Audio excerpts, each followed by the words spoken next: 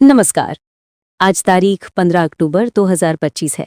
देश और दुनिया की 25 सबसे बड़ी और ताज़ा खबरों के साथ तो आइए बिना किसी देरी के शुरू करते हैं।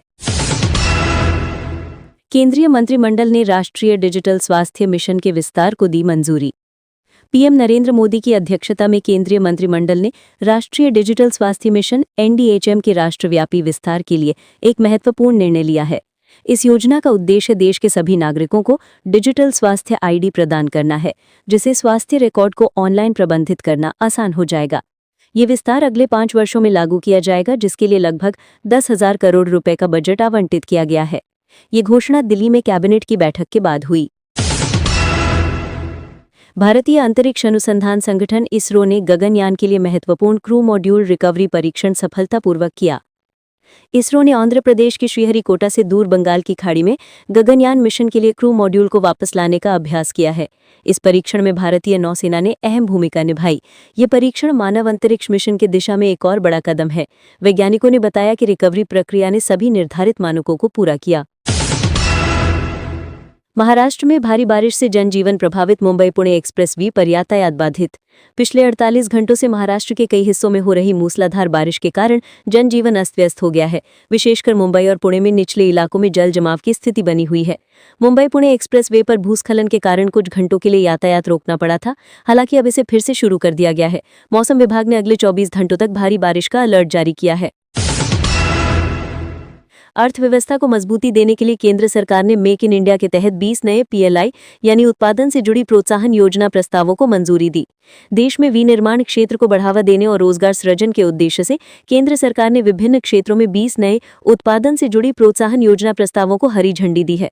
इन प्रस्तावों में ऑटो कॉम्पोनेंट्स, अविन्नत रसायन सेल, बैटरी और विशिष्ट वस्त्र उत्पाद शामिल हैं। वाणिज्य और उद्योग मंत्रालय ने एक बयान में कहा कि इससे देश में लगभग 50,000 करोड़ रुपए का नया निवेश आने की उम्मीद है। पंजाब में सीमा पार से आए 3 ड्रोन को बीएसएफ ने मार गिराया। भारी मात्रा में हेरोइन जब्त। पंजाब के अमृतसर सेक्टर में सीमा सुरक्षा बल यानी बीएसएफ के जवानों ने अंतर्राष्ट्रीय सीमा पार करके भारतीय क्षेत्र में प्रवेश करने की कोशिश कर रहे 3 पाकिस्तानी ड्रोनों को मार गिराया है। तलाशी अभियान के दौरान इन ड्रोनों से भारी मात्रा में हेरोइन के पैकेट बरामद किए गए हैं। बीएसएफ के एक अधिकारी ने बताया कि ये कार्रवाई मंगलवार देर रात को हुई। सुरक्षा एजेंसियां मामले की आगे की जांच कर रही हैं।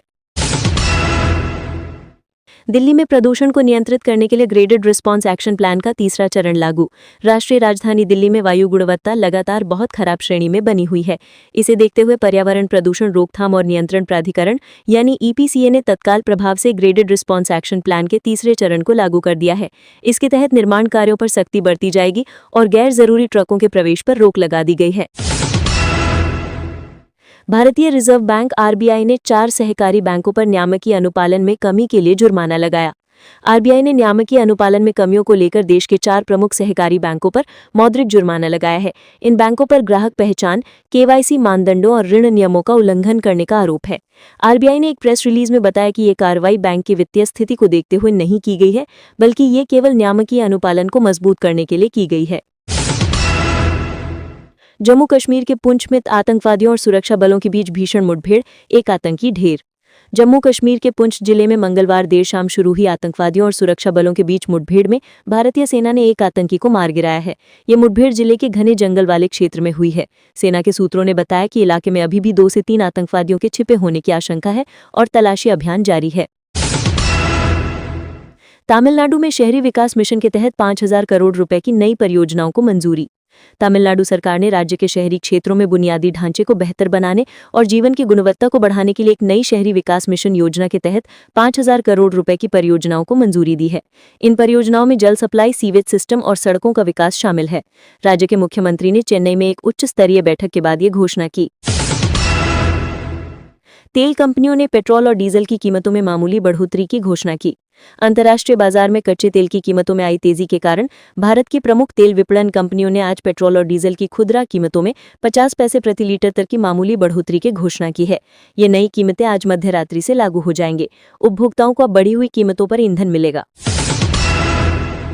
दोस्तों ये थी आज 15 अक्टूबर 2025 की 25 सबसे बड़ी और ताज़ा खबरें सिर्फ ऑल इंडिया न्यूज़ पर। अगर आपको ये जानकारी पसंद आई हो तो वीडियो को लाइक करें, चैनल को सब्सक्राइब करें और बेल आइकन दबाना न भूलें ताकि आपको हर दिन की ताज़ा खबरें सबसे पहले मिले।